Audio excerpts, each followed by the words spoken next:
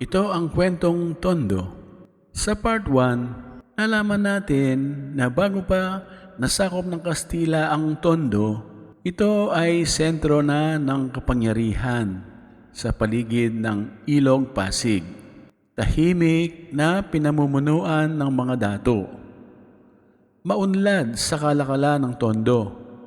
Gawa ng dinadayo ito ng mga negosyanteng taga Borneo, Malaysia at mga inchik sa China.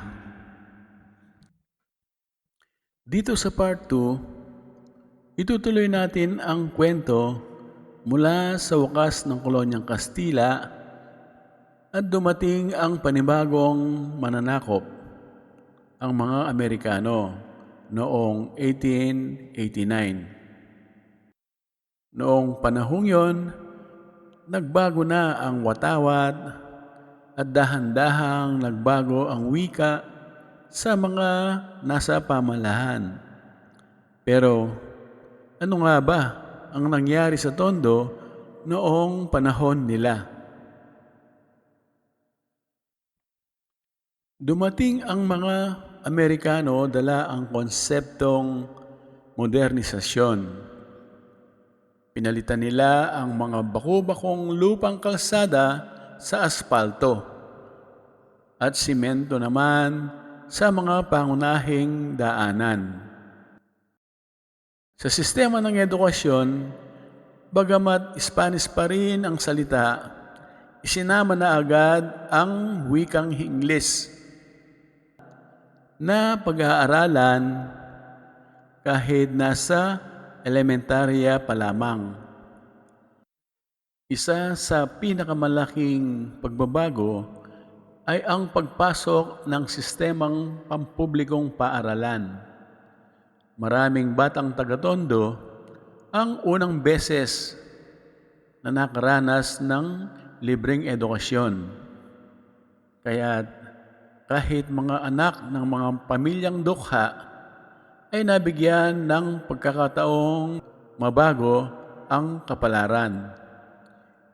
Mula sa nakamulatang pagsasaka at pangingisda ay maaari ng maiba sa blue-collar job ang kanilang trabaho. Binigyang diin ang pagtuturo ng Ingles sa mga paaralan, mga asignaturang batay sa American curriculum. Ang edukasyon ay naging daan ng pag-angat para sa ilang nagsikap upang maalis sa kahirapan ng buhay. Pero kasabay din nito ang unti-unting pagbabago ng kultura at pananaw lalo na sa mga kabataang Pilipino. Sa ilalim ng mga Amerikano, dumami ang mga negosyo at pagawaan sa paligid ng Maynila.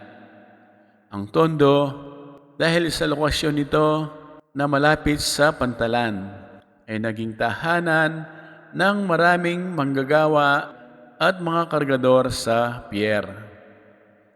Dito, umusbong ang urging urban poor, mga pamilyang lumipat mula probinsya papuntang Maynila para makapaghanap ng hanap buhay, na kadalasan ay nagtitiis sa masikip at di planadong mga tirahan.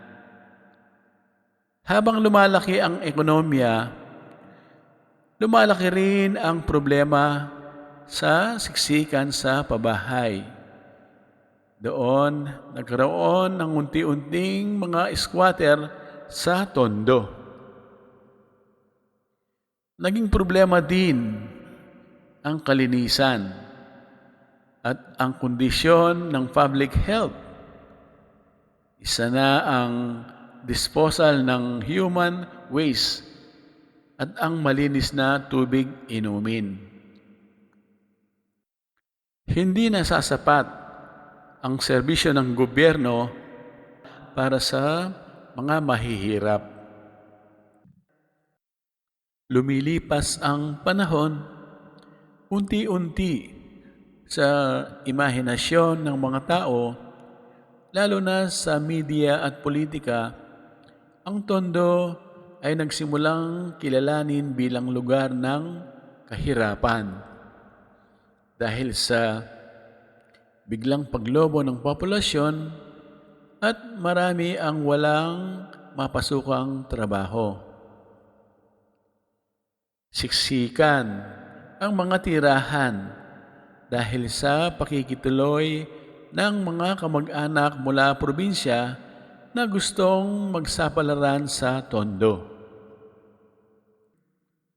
Dumami rin ang problemang panlipunan.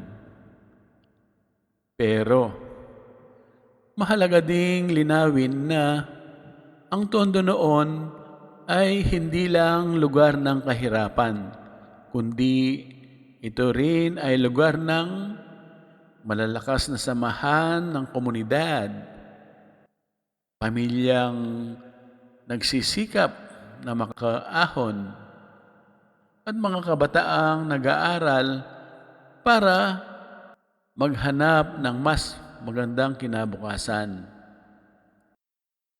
Habang papalapit ang ikalawang digmaang pandaigdig, nagbabago ang mukha ng buong Maynila, kabilang na ang Tondo.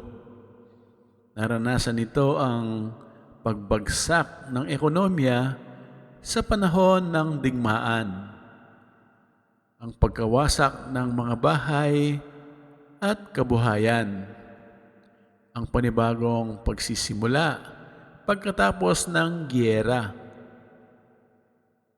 Dito nabuo ang imahe ng Tondo bilang lugar na marunong bumangon kahit ilang beses pa itong mabagsak.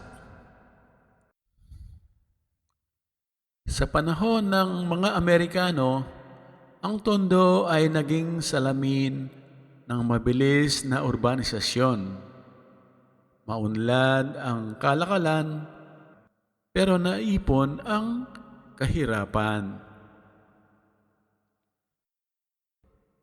Dito ang wakas ng Part 2. Sa susunod na bahagi na Part 3, titingnan naman natin ang Tondo ngayon, ang mga hamon, pagbabago, at mga taong patuloy na nagbibigay buhay sa lugar na ito. Huwag kalimutang mag-like, mag-share at mag-subscribe sa Timeless Pilipinas channel. Have a blessed day!